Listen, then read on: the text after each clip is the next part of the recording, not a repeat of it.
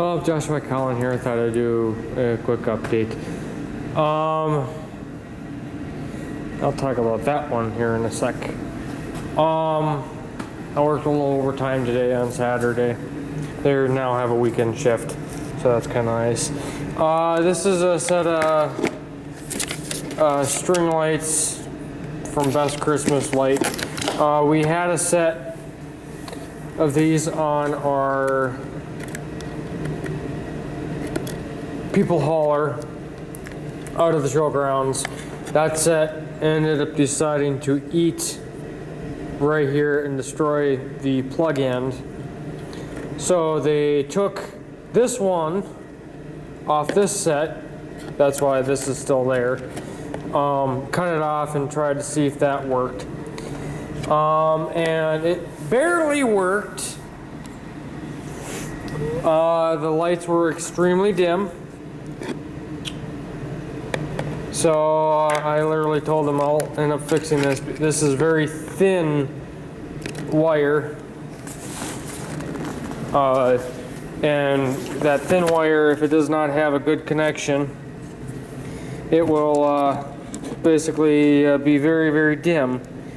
That's what was the problem with when they put this plug on that other set. They just twist it together and put electrical tape over it. Not a very good connection. Yeah, those are bright, and that's how it should be. So that is with basically maybe a 3/8 inch long solder joint.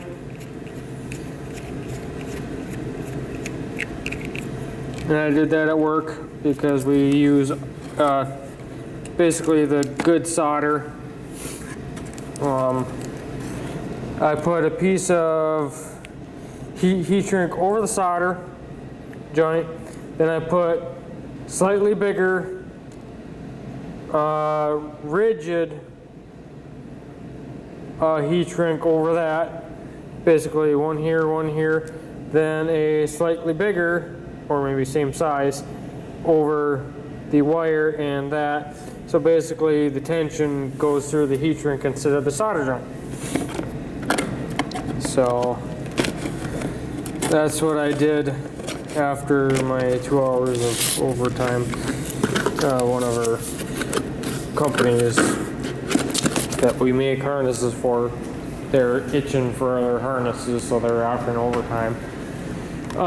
Yard machines. This is the one I picked up down southern Wisconsin when I dropped off a bunch of Sears parts. So basically the fee that I charged the guy for delivery paid for this machine. This is a dual shaft engine, so I'm not too keen on that. But that one is a 26-inch, 8 horsepower Craftsman, similar to the one I had, but those handles are much lower, and I had to retension the belt and all that to get the auger to work correctly. And I just tightened a few things up, and I also adjusted the feet. And when I was doing the makerspace sidewalk, I couldn't do all the front sidewalk because of plow chunks. My back was starting to hurt. So I know where I could get one of these, which is slightly better for 175, but you know what? I'm not going to even bother with the smaller one, because the handle is right up here versus down here, which is a good 4 inches lower. Plus this one has that, and these are basically clutches, so you can basically do wheelies with this thing, which is kind of nice.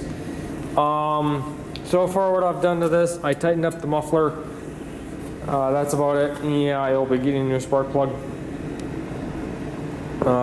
And this will probably keep me hopefully happy unless something else goes wrong until I can afford a tracked errands. So on to this. This is a 1500 watt military standard generator. My coworker said it ran 10 years ago and he had no use for it, so I nabbed it. Basically got it for nothing. So that's kind of nice. And I watched Musty One take apart a single cylinder version. So there are a few things wrong with it. First off, it's missing its air tube here.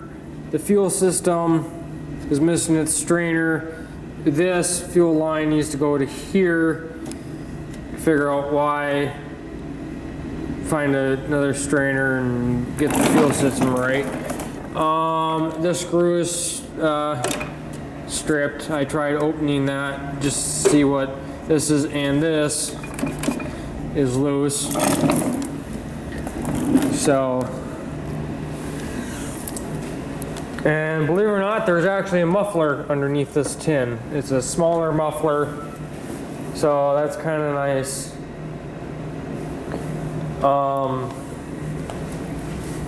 So this will end up being one part of my showpieces, even though it's not military standard colors. You got yellow frame, a red tank, and it's black. So who knows what's up with it. This was made in 1972. The engine was. Generator was probably shortly after.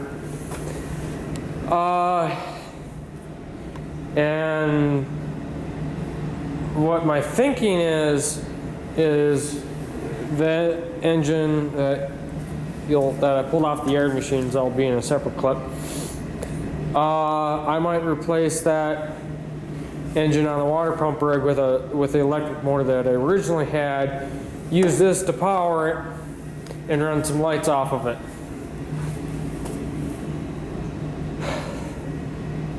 So that's my thought. Well, the next piece that I picked up, I bought this at an auction. This is the baby brother to that. This is a 500 watt military standard generator. So it's new old stock because you still got the military engine test and repair summary record.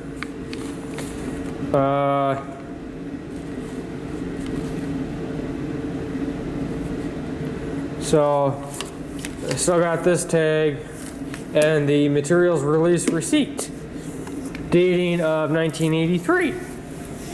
And looks like the engine is 69. So a 69, that's 72. So, and who knows how many hours on it, but it's been rebuilt. My plan with this is if this thing can run that electric motor, I think I will end up using this one and power some lights. But I want to add a 120 volt minimum, like 277 volt AC hour meter on this, because every 50 hours the oil change has to get done. And this is I had some tape down over here for some odd reason. So that right there, I didn't know what that was. That's actually a deflector. So So I don't even need a muffler for this, so that's kind of nice. Because I watched the Musty One video and see that piece of metal right down in there? That's actually a tiny muffler. And the air comes in through the cylinder, up through here, over the muffler, and down out over the oil pan. So looks like I'm gonna have to get a new lever for that, but nylon tank so it won't rust.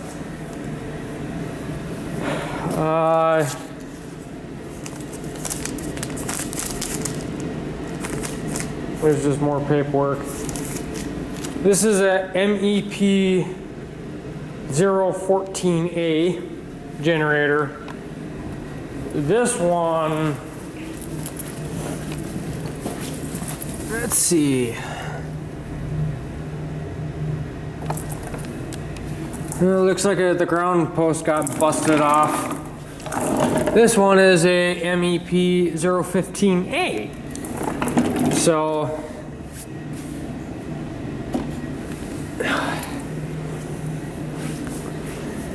like I was saying, is I watched the Musty One version of pulling a single cylinder apart, and from reading the comments, the cylinder and the head can be, I can pull it off this one, throw it on there, or vice versa. So that's the engine off the yard machines.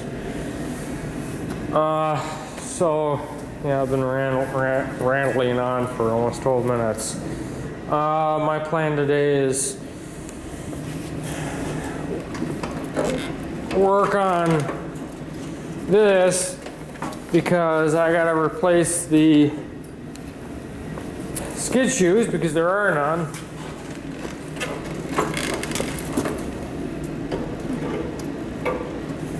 And replace the scraper bar. But the fun part is this nut is no longer a nut. So I gotta deal with that one at least. I bought a new set of hardware for this. I'll have to do something about these. I'll probably just pull from my stash and cut them down. Yeah, the paint's not the greatest. This was kicked in like this, so I straightened that last weekend. Yeah, this, once something major happens to this one, I'm gonna just toss it. I'm gonna have to find another snowblower. One more thing. This moves like that, but it doesn't move like that.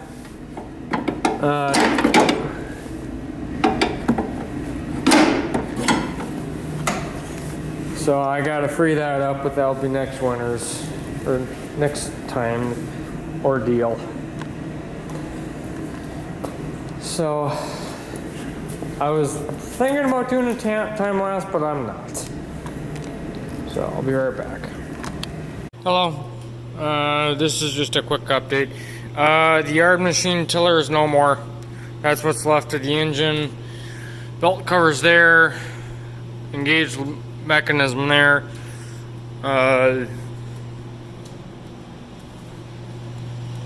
handlebars are there, and then the chain drive to the augers right there. Gonna go to scrap.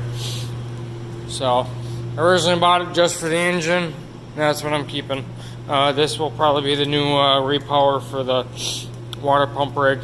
After I address the oil leak and I gotta rebuild the carburetor because it only runs for about 5 minutes then dies. So, be right back. I'm back. I thought I'd do a quick update. All these parts was a 10.5 horse Briggs that I bought for that rider, but the engine's locked up on on this errand, so that's another reason why it's going to scrap. That's a mess that it would have to be done with. And the deck needs bearings. And the tires are shot. Yeah. So I figured scrappers coming today, I might as well grab some spare parts off this engine. Go on the 12.5 I have. I'm keeping the carb, rocker cover, manual throttle plate. The recoil that's missing is Paul's muffler, fuel tank, and fuel pump, along with a dipstick to go with it. Just so I can literally add a pulse pump to it. And okay, I figured I might as well save the lifters. And I was looking at the crankcase, and there's speckles in the bottom of it, so there was like a waviness right here. So here's the cam. You know what? I think I might keep that for the automatic compression release. So there's the AVS. So I won't keep that and crank and all that. Here's the governor arm. I don't need that. So yeah, the flywheel bolt is missing. Starter cup is missing. Parts out of the recoil are missing. And supposedly it bent a push rod, and I don't really see what could cause that. But you know what? I didn't pay much for the engine. I might keep the head. I'm still thinking on that, but probably not because it might be a different head that requires it. I'll do a quick part search, and if it's the same head part number, probably won't. I'll just keep it, just so I have parts for that 12.5 horse. Hey, I'm saving money, so yep. So you're right back. I'm back. I thought I'd do a quick wrap up. Got the new scraper bar on. That one I just had to grind off and then punch out, then the whole thing came out. I took the grinder to flatten down some of the metal from the burr that the worn out cutter bar caused. I was gonna reuse the old bolts on the side, but I was tightening one snap, so I had to make some. I used some 4-inch 5/8 18 carriage bolts, and I had to come down, land them flat, make sure the threads were good. As you can see, there's some snow on it. I went outside, took care of alongside the building just to see how it would do. Few things. Got to go through the carburetor because it's hunting pretty good. Of course, with the thing just sitting, I'm not that surprised, and I'm not sure how old the gas is. Had a pretty rusty E3 spark plug in it. I basically yanked it out because it was rusty, and I put a J8C spark plug I had. Seems it's hard to tell if it's running a little bit better or not. I don't need that spark plug anyway, so I'm just gonna toss it.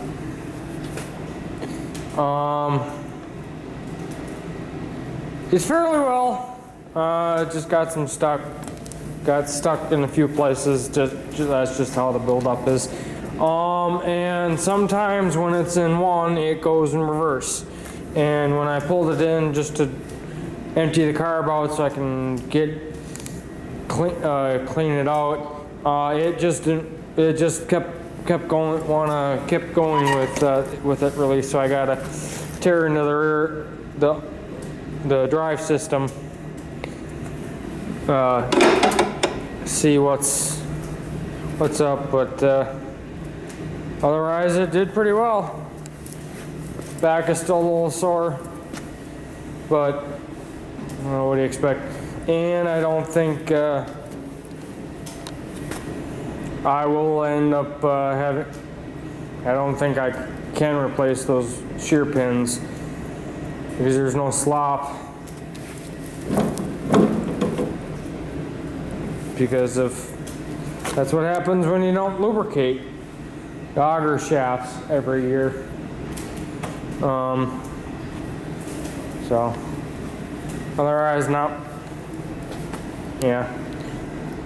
Thanks for watching. Please comment, rate, and subscribe, and I'll see you in the next video. Bye.